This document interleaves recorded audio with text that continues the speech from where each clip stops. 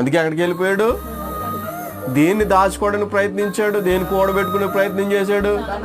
ధనము.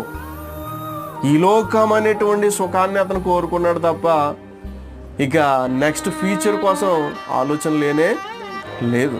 ఈ ఫ్యూచర్లో చాలామంది కూడా ఈ ఫ్యూచర్ కోసం ఆలోచన చేస్తారు. రేపు నా పిల్లల కోసం ఏంటి, నా పిల్లల కోసం ఏం దాయాలి, ఏం కూడబెట్టాలి, నేనేం సంపాదించాలి, ఏం కొనుక్కోవాలా అని ఎప్పుడు కూడా లోక సంబంధమైనటువంటి చింతతోనే మానవుడు బ్రతుకుతూ ఉంటాడు. ఎందుకంటే మానవుడికి కంటికి మాత్రం కనిపించాలి, కనిపించిన దాన్ని మాత్రం నమ్మలేడు. మన దేవుడు ఎలా ఉన్నాడంటే అదృశ్యుడు. ఎలా ఉన్నాడో ఆయన కనిపించడు మానవ నేత్రాలకి. ఆయన మనం చూడలేము. ఎప్పుడు విశ్వాసంతోనే ప్రభువుని మనం చూడగలిగి ఉండాలి తప్ప విశ్వాసం అనేటువంటి నేత్రాలు ఉన్నాయి. అవి ఎలాగంటే